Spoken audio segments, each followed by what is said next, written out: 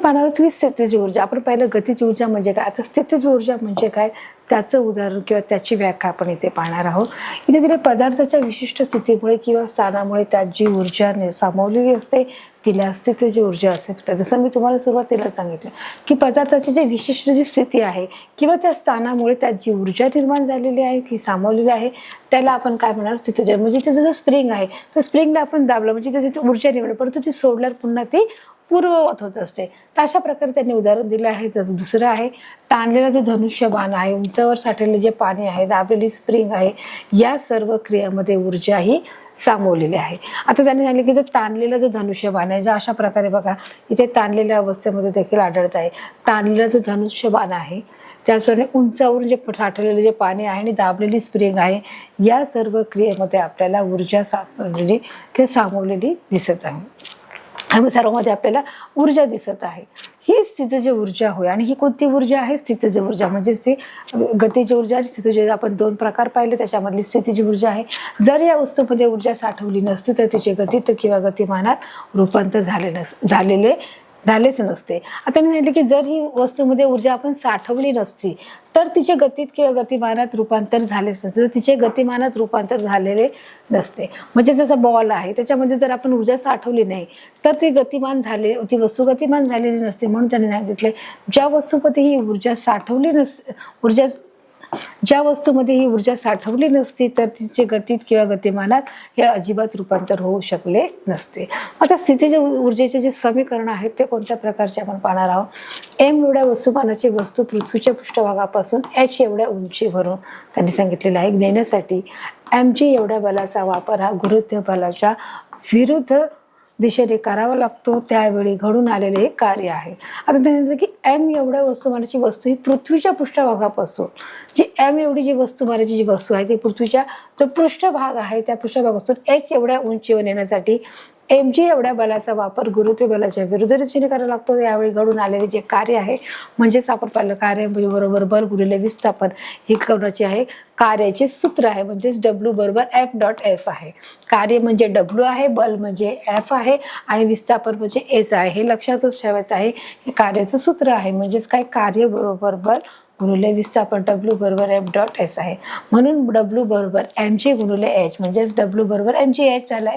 म्हणजेच विस्थापनामुळे वस्तूत सामावलेली स्थितीची जी ऊर्जा आहे ती P.E म्हणजेच mgh म्हणजे विस्थापनामुळे mgh एवढी स्थितीज ऊर्जा वस्तूत सामावली जाते. तशा प्रकारे स्थितीज ऊर्जेचे जे समीकरण आहे आपण सोडवले आहे. तर आपण उदाहरणाच्या माध्यमातून पाहणार आहोत. स्थितीज ऊर्जा ही सापेक्ष असते. एकच वस्तू वेगवेगळ्या उंचीवर असताना तिच्यामध्ये जी साठवलेली जी स्थितीज ऊर्जा ही वेगवेगळी असते. आता तरी झाले की स्थितीज ऊर्जा ही कशी आहे सापेक्ष आहे. पण एकच वस्तू वेगवेगळ्या उंचीवर असताना जी एकच वस्तू आहे जर ती वेगवेगळ्या उंचीवर जर नेली असते तिच्यामध्ये जी साठवलेली जी स्थितीज ऊर्जा ही कशी असू शकते वेगळी असू शकते. म्हणजे जसं उंच म्हणून जे पाणी पडतं ते कशा प्रकारे ते वेगळ्या माध्यमात आहे. म्हणजे त्याचं जे अंतर आहे ते कसं असणार आहे त्याच्यामध्ये साठवलेली ऊर्जा ही वेगळ्या रूपामध्ये दिसत आहे. मग ऊर्जेचे रूपांतरण हे कशा प्रकारे होत आहे बघा आपण इथे पाहणार आहोत. ऊर्जेचे विविध प्रकार आहेत. मग आपण ते कोणते आहेत बघा ऊर्जेचे विविध प्रकार आहेत. मग कोणकोणते आहेत इथे बघा चित्राच्या माध्यमातून दिसत आहेत आपल्याला. बघा पाहणार विविध प्रकार आहेत. कोणते आहेत? विद्युत ऊर्जा, उष्णता ऊर्जा, ध्वनी ऊर्जा, रासायनिक ऊर्जा, प्रकाश ऊर्जा, यांत्रिक ऊर्जा असे विविध प्रकार सांगता येतील. आता बघा ऊर्जेचे विविध प्रकार हे देखील आपण अभ्यासलेले आहेत. विद्युत ऊर्जा आहे, उष्णता ऊर्जा आहे, ध्वनी ऊर्जा आहे, रासायनिक ऊर्जा आहे, प्रकाश ऊर्जा आहे, यांत्रिक ऊर्जा आहे. मग बघा अशा प्रकारची इथे तुम्हाला ऊर्जा दिसत आहे. मग यांत्रिक ऊर्जेमध्ये इंजिन आणि पंखा येत आहे बरोबर आहे. आता इथे प्रकाश ऊर्जामध्ये प्रकाशीय घट आणि विद्युत दिवा येत आहे. प्राथमिक घट आणि दुय्यम घट म्हणजे रासायनिक ऊर्जा येत आहे. ध्वनी ऊर्जामध्ये ध्वनिवर्धक आणि सूक्ष्म श्रवण येत आहे. उष्णता ऊर्जामध्ये तापक आणि तापयुग्म येत आहे. तर अशा प्रकारे बघा इथे दिसत आहे की जे वेगवेगळे प्रकार आपण इथे पाहत आहोत. विद्युत जी ऊर्जा आहे त्याचप्रमाणे वॉर्मर ऑब्जेक्ट आहे, उष्णता ऊर्जा आहे, ध्वनी ऊर्जा आहे, प्रकाश ऊर्जा आहे, यांत्रिक ऊर्जा आहे, अणुऊर्जा आहे, रासायनिक ऊर्जा आहे. तर अशा सगळ्या ऊर्जेचे हे आपल्याला रूपांतर पाहायला मिळत आहे. ऊर्जेचे एका प्रकारातून दुसऱ्या प्रकारात रूपांतरण करता येत नाही. म्हणजे ऊर्जा ही नष्टही करता येत नाही, ऊर्जा ही निर्माणही करता येत नाही आहे. आपण हे पाहिलेलं आहे की ऊर्जा ही काय आहे, प्रकारातून दुसऱ्या प्रकारात त्याचं रूपांतर करता येत आहे. म्हणजे कशा प्रकारे ही यांत्रिक ऊर्जा, प्रकाश ऊर्जा, विद्युत ऊर्जा. उदाहरणार्थ दिवाळीतील जे फटाके उडाल्यावर त्यातील रासायनिक जी ऊर्जा आहे ती काय आहे, जी ध्वनी, प्रकाश व उष्णता या ऊर्जेमध्ये तिचे रूपांतर होत असते. आता उदाहरणार्थ त्यांनी काय उदाहरण घेतलं आहे की दिवाळीतील जे फटाके आहेत की उडाल्यावर त्यातील जे रासायनिक ऊर्जा, म्हणजे रासायनिक जी ऊर्जा निर्माण होते ध्वनीमध्ये, प्रकाश व उष्णता या ऊर्जेमध्ये त्याचे रूपांतर होत असते. जे फटाके उडाल्यानंतर त्याचा जो आवाज येतो त्याच्यानंतर त्याच्यातील ऊर्जा ही काय होत आहे, रूपांतरित होते. म्हणजे जो लाईट, जो प्रकाश जो बाहेर पडतो तो ऊर्जा हा बाहेर पडतो. म्हणजे कशामध्ये, दिवाळीमध्ये जे फटाके उडाले होते त्याची जे रासायनिक जी गोष्टी असतात त्याच्यामध्ये जे केमिकल आहे त्याच्यातून जो आवाज येतो आणि प्रकाश बाहेर पडतो. मग प्रथम काय होत आहे, आवाज येतो आणि त्याच्यानंतर प्रकाश व उष्णता या ऊर्जेमध्ये त्याचं रूपांतरित होण्याची संभावना असते. अशा प्रकारे आपण पाहिले की ऊर्जेचे प्रकार आपण पाहिले. आता आपण पाहणार की ऊर्जा अक्षयतेचा नियम म्हणजे काय. आता बघा इथे त्यांनी दिलं आहे ऊर्जा अक्षयतेचा नियम. तो कोणत्या प्रकारचा आहे बघा, आपण पाहणार आहोत. ऊर्जा निर्माण करता येत नाही आणि ती नष्टही होत नाही. जसं मी सुरुवातीला सांगितलं, ऊर्जेला आपण निर्माण करू शकत नाही, ती नष्टही करता येत नाही आहे. बघा अशा प्रकारे ही ऊर्जा आहे, तिचे एका प्रकारातून दुसऱ्या प्रकारात रूपांतर करता येते. तथापि विश्वातील एकूण ऊर्जा ही कशी आहे, सदैव अक्षम राहत आहे. बघा तिचे जे एका प्रकारातून दुसऱ्या प्रकारामध्ये काय केलं जात आहे, तिला ट्रान्सफर केलं जात आहे, तिचं रूपांतर होत आहे.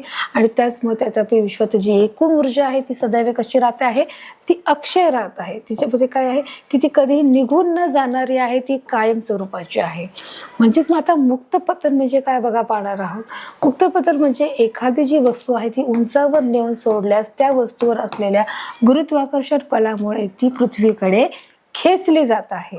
बघा आता त्यांनी सांगितले की एखादी जी वस्तू आहे ती उंचावरून जर खाली नेलीस, एखादा दगड आहे, एखादा दगड हा उंचावरून आपण कडेवरून, डोंगराच्या कडेवरून जर खाली टाकला तर उंचावर नेऊन सोडला, त्या वस्तूवर असलेल्या गुरुत्वाकर्षण बलामुळे ती पुन्हा काय होणार आहे, पृथ्वीकडेच आकर्षिली जाणार आहे. जसं न्यूटनचा जो नियम आहे आपण पाहिलं की जो ग्रॅव्हिटीचा नियम आहे, गुरुत्वाकर्षणचा नियम आहे की पृथ्वी ही वस्तू स्वतःकडे आकर्षित करून घेते. बरोबर आहे. मग तोच जो बल आहे की पृथ्वीकडे ती खेचली जात आहे. जो दगड आहे तो काय करणार आहे, पृथ्वीकडे आपोआप हा खेचला जात आहे. एखादी वस्तू बघा अशा प्रकारे ती खेचण्याचं, जर उंचावरून सोडले तर ती काय करत आहे, खेचत आहे. उंचावरून सोडलेली वस्तू फक्त गुरुत्वाकर्षण बलाने खाली येण्याच्या क्रियेस काय म्हणत आहेत, मुक्त पतन म्हणत आहात. परीक्षेला प्रश्न विचारू शकतो की एखाद्या वाक्यामध्ये उत्तर द्या, बाबा मुक्त पतन म्हणजे काय, आन्सर क्वेश्चन येऊ शकतो. म्हणजेच आपण त्याला आन्सर असणार आहे, उंचावरून सोडलेली वस्तू फक्त गुरुत्वाकर्षण बलाने, एखादी वस्तू उंचावरून सोडली असेल फक्त गुरुत्वाकर्षण बलाने ती खाली येण्याच्या क्रियेला आपण काय म्हणणार आहोत, मुक्त पतन म्हणणार आहोत. इथपर्यंत मुलांना क्लिअर आहे, समजलं आहे मुक्त पतन म्हणजे काय. 1 मीटर वस्तुमानाचा पदार्थ गुरुत्वाकर्षण बलामुळे h एवढ्या उंचीवरून खाली येत असताना त्याची वेगवेगळ्या उंचीवरील गतिज व स्थितीज ऊर्जा आपण पाहू. आता त्यांनी सांगितले की 1 m वस्तुमानाचा पदार्थ हा गुरुत्वाकर्षण बलामुळे काय आहे, h एवढ्या उंचीवरून, जर m म्हणजे m वस्तुमानाचा पदार्थ गुरुत्वाकर्षण बलामुळे h एवढ्या उंचीवरून जर खाली येत असताना त्याची वेगवेगळ्या उंचीवरील गतिज आणि स्थितीची ऊर्जा ही कोणकोणती आहे ही आता आपण बघूया. स्थितीची ऊर्जा पाहणार आहोत की समीकरणाच्या माध्यमातून आता पाहणार आहोत. बघा इथे दिलं आहे आकृतीत दाखवल्याप्रमाणे. बघा इथे त्यांनी दाखवलं आहे आकृतीत दाखवल्याप्रमाणे समजा ए हा बिंदू जमिनीपासून h उंचीवर आहे. आता आकृती दाखवल्याप्रमाणे समजा ए हा बिंदू हा जमिनीपासून किती आहे, h बिंदूवर आहे. किती, ए कुठे आहे, इथे आहे आणि h बिंदूवर आहे, जमिनीपासून h बिंदूवरती आहे. अशा प्रकारे त्याने आकृतीच्या माध्यमातून तुम्हाला हे समजून सांगण्याचा प्रयत्न केला आहे की मुक्त पतन म्हणजे काय. m वस्तुमान असलेली वस्तू ए बिंदूपासून बी बिंदूपर्यंत आलेली असतात, ती x एवढे अंतर जाते. तर m वस्तुमान असलेली जी वस्तू आहे ती ए बिंदू पासून त्यांनी सांगितले की जे बी बिंदू आहे, मग ए आणि हा जो बी बिंदू आहे त्यापर्यंत आली असता ती x एवढे अंतर कापते. म्हणजे किती कापत आहे, ती एवढे कापत आहे. किती, x एवढे ती अंतर कापत आहे. म्हणजेच मग त्यांनी काय सांगितलेलं आहे, ए बिंदूपाशी वस्तू स्थिर u बरोबर 0 म्हणजे आरंभिक वेग, म्हणजेच म्हणून k डॉट ई बरोबर 1/2 गुणिले किती आहे, हे वस्तुमान आहे, म्हणजेच गुणिले वेगचा हा वर्ग इथे आपल्याला समजून येत आहे. म्हणजेच इथे काय k डॉट ई बरोबर काय आहे, 1/2 गुणिले m गुणिले u वर्ग, म्हणजेच म्हणून k डॉट ई बरोबर 1/2 गुणिले m गुणिले 0 2 आता आहे, म्हणजेच इथे k.E बरोबर 0, म्हणजेच P.E आणि mgh म्हणजेच एकूण ऊर्जा किती आहे, k.E अधिक P.E म्हणजेच एकूण ऊर्जा 0.mgh म्हणजे एकूण ऊर्जा mgh झालेली आहे. तर अशा प्रकारे इथे त्यांनी सोप्या भाषेमध्ये हे इथे तुम्हाला सोडून सांगितले की जी मुक्त पतनाची जी ऊर्जा आहे ती किती प्रकारची आहे. तर अशा प्रकारे उदाहरणाच्या माध्यमातून हे तुम्हाला इथे सोडून दाखवलेलं आहे की जी एकूण ऊर्जा किती आहे. आता दुसऱ्या उदाहरणातून त्यांनी सांगितले की वस्तू जी बी बिंदूपाशी वस्तूने पार केलेले अंतर गुणिले x तिचा वेग हा bb मानू. म्हणजे की जी वस्तू बी बिंदूपाशी वस्तूने पार केलेले अंतर x असेल तर तिचा वेग bb मानू, म्हणजेच u बरोबर 0, s बरोबर x, a बरोबर g म्हणजे हे गुरुत्वीय त्वरण आहे. म्हणजेच v वर्ग बरोबर u वर्ग अधिक 2s म्हणजे काही त्वरणाची सूत्र आपण दिलेलं आहे. मग v वर्ग बरोबर 0 अधिक 2g डॉट x आहे, म्हणजेच v वर्ग बरोबर 2g डॉट x आहे. तर म्हणजेच k.E बरोबर 1/2 गुणिले mvb वर्ग इथे येत आहे, म्हणजेच बरोबर 1/2 गुणिले m गुणिले 2g x इथे आहे. अशा प्रकारे बोलायला तयार केलं. म्हणजेच याचा अर्थ काय झालेला आहे की ज्याचे उत्तर आलेलं आहे की बिंदूपाशी वस्तूने पार केलेले जे अंतर आहे तिचा वेग हा bb मानू, म्हणजे तो वेग किती असणार आहे, k.E बरोबर m.g डॉट x हा इतका असणार आहे. तर अशा प्रकारे आपण 2 उदाहरणातून इथे पाहिलेलं आहे की कशा प्रकारे की जे मुक्त पतन आहे ते कशा प्रकारे होत आहे. म्हणजे आपण जसं सुरुवातीला पाहिलं की मुक्त पतन म्हणजे काय आहे की जेव्हा एखादी उंचावरून सोडलेली एखादी वस्तू फक्त गुरुत्वाकर्षणामुळे ती पृथ्वीवर खाली येते त्याला आपण काय म्हणत आहोत, मुक्त पतन म्हणत आहोत. अशा प्रकारे आपण हे इथे बघा समजून घेतलेलं आहे दुसऱ्या वस्तूपासून. आता आपलं जर तिसरं वस्तू पाहणार आहोत, म्हणजेच बी या ठिकाणी वस्तू जमिनीपासून h-x उंचीवरून आहे. म्हणजे त्यांनी ते क्लिअर केलेलं आहे की जी बी या ठिकाणची असलेली जी वस्तू आहे ती जमिनीपासून किती आहे, h-x या उंचीवरून इतक्या अंतरावरती आहे. म्हणजेच आपण त्याचं जे सूत्रामध्ये पाहणार आहोत P.E बरोबर mg आणि कंस bracket h-x bracket complete P.E is equal to mgh minus mgx, म्हणजेच एकूण ऊर्जा आहे ती is equal to k.E plus P.E. मग एकूण ऊर्जा is equal to mgx plus mgh minus mgx, म्हणून एकूण ऊर्जा किती आलेली आहे, T.E बरोबर mgh आहे. तर अशा प्रकारचे जे आपला जे करेक्ट आन्सर आहे तिथे दिलेले की जे मुक्त पतन आहे ते कशा प्रकारचा जो वेग आहे तो वेग आपण इथे जे सेकंड जे न्यूटनचा पहिला नियम आणि न्यूटनचा दुसरा नियम या मानानुसार आपण हे उत्तर काढलेलं आहे. आता जो आपला तिसरा आहे ते आपण घटक पाहणार आहोत मुलांना. इथे बघा की वस्तू आता सी बिंदूपाशी आहे, म्हणजे तिचा जो वेग आहे तो vc मानू. आता वस्तू काय आहे, सी बिंदूपाशी. मग आरंभिक वेग किती आहे, ब्रॅकेटमध्ये u बरोबर 0 आहे. विस्थापन किती आहे, विस्थापनला आपण s म्हणणार, वेगला आपण u म्हणणार. आपल्याला माहिती विस्थापन s आहे आणि आपण आणि h म्हणजे त्वरण म्हणणार आहोत g बरोबर g आहे. मग आपण काय करणार आहोत, v2 is equal to u v2 is equal to u square plus 2s म्हणजेच vc square is equal to 0 plus 2gh आहे. म्हणजेच आपण त्याचं आपण काय करणार आहोत, सूत्रामध्ये आपण ते माहिती घेणार आहोत. मग त्याचं सूत्र काय आहे, k.E बरोबर 1/2 mvc वर्ग, म्हणजे k.E is equal to k 1/2 म्हणजेच m आणि ब्रॅकेट इंटू gh म्हणजेच ke बरोबर mgh. आता वस्तूची जमिनीपासूनची उंची किती आहे, h बरोबर 0 आहे. म्हणजे पण तिचा वेग किती झाला की वस्तूची जमिनीपासूनची उंची किती असणार आहे, h बरोबर हा 0 या प्रकारामध्ये आढळणार आहे. बघा म्हणजेच P.E बरोबर mgh इज इक्वल टू 0. मग एकूण ऊर्जा किती झालेली आहे, T.E इतकी झालेली आहे. मग एकूण ऊर्जा किती आहे बरोबर is equal to k.E plus P.E इतकी झालेली आहे. मग एकूण ऊर्जा is equal to pgh plus 0. मग एकूण ऊर्जा plus is equal to mgh. म्हणजेच बिंदू ए बी व सी पाशी एकूण ऊर्जा किती आहे, स्थिर आहे. जर आपण ए मध्ये अंतर काढलं आहे, बी मध्ये काढलं आहे आणि त्याचप्रमाणे आपण सी मध्ये देखील आपण अंतर काढलेलं आहे. म्हणजेच ए व बी व सी पाशी एकूण जी ऊर्जा कशी आहे, स्थिर आहे. आपण कोणाचं काढलेलं आहे बघा, आपण इथे चित्रामध्ये आपण सुरुवातीला जे दिलेलं होतं की याच्या संदर्भात असलेले जे आपण काय काढलेलं आहे की एक एवढी जे अंतर आहे की ए मध्ये बी मध्ये आणि सी मध्ये असलेलं जे अंतर आहे ते मुक्त पतन आहे ते आपण इथे काढलेलं आहे. बिंदू ए, बिंदू बी आणि सी, बिंदू ए बी आणि सी मध्ये जे अंतर आहे हे आपण इथे याच्या माध्यमातून काढलेलं आहे. बघा असं तिन्ही प्रकारामध्ये आपण काढून घेतलेलं आहे. आता बघा त्यांनी इथे दिलेलं आहे म्हणजेच कोणतीही वस्तू उंचीवर तिच्या स्थितीची ऊर्जा असते, की कोणतीही जी वस्तू जी उंचीवर जर नेली तर तिच्यात काय असतं आहे की जी स्थितीची ऊर्जा आहे. म्हणजे आता बघा ही जी मुलगी आहे ती वरती उभी राहिलेली आहे आणि अशा वरच्यावरून ती काय करत आहे, बॉल टाकत आहे.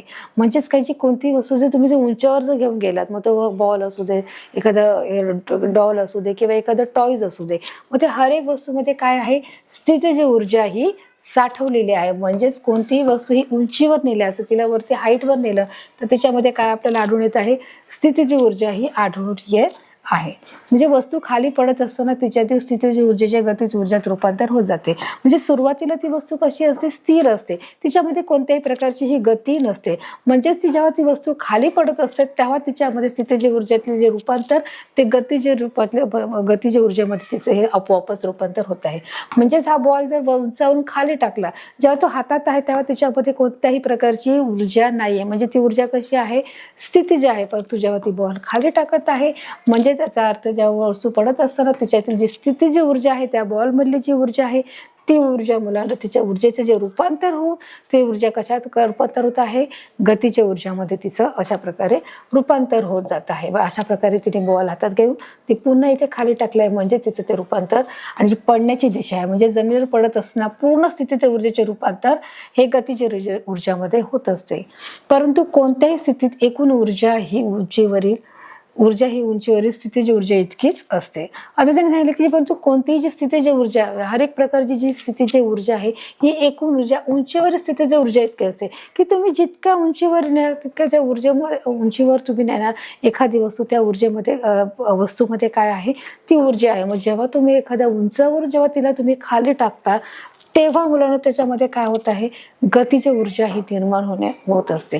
मग अशा प्रकारे कोणत्याही स्थितीत एकूण जी ऊर्जा आहे, मग कोणत्याही प्रकारची जी ऊर्जा आहे ही उंचीवरील स्थितीची ऊर्जा इतकीच ती असू शकत आहे. तर अशा प्रकारे मुक्त पतन या पाठाच्या माध्यमातून मुलांना आपण पाहिलेलं आहे की जी ऊर्जा आहे, दोन प्रकारची ऊर्जा आपण पाहिलेल्या आहेत. एक स्थितीची ऊर्जा आहे, ऊर्जेचे आपण दोन प्रकार पाहिले आहे. एक स्थितीची ऊर्जा आहे, एक गतीची ऊर्जा आहे. ऊर्जा ही नष्टही करता येत नाही आणि ऊर्जा ही निर्माणही करता येत नाही. मग त्याच्या प्रकाराप्रमाणे आपण गतीच्या ऊर्जेचे समीकरण पाहतो, पण सूत्रामधून आपण समीकरणाचं आपण प्रकार पाहिले. त्याचप्रमाणे आपण गतीच्या ऊर्जा, स्थितीच्या ऊर्जामधून देखील त्याच्या समीकरणातून आणि सूत्रानुसार आपण समीकरणे आपण पाहिलेलं आहे. मुक्त पतन म्हणजे काय हा देखील आपण टॉपिक याच्यामध्ये घेतलेला आहे. तर अशा प्रकारे हर एक जो टॉपिक आहे तो आपण इथे पूर्ण कव्हर करून घेतलेला आहे. आता आपण जो पुढील भाग पाहणार आहोत मुलांनो, तो देखील आपण पुढच्या भागामध्ये पाहणार आहोत.